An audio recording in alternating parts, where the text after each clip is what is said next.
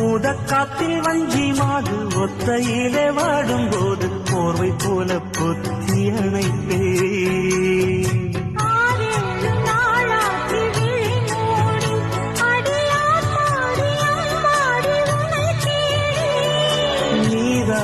மானே என் இளஞ்சோடி உனை நீங்காது என்றும் என் உயிர் நாடி.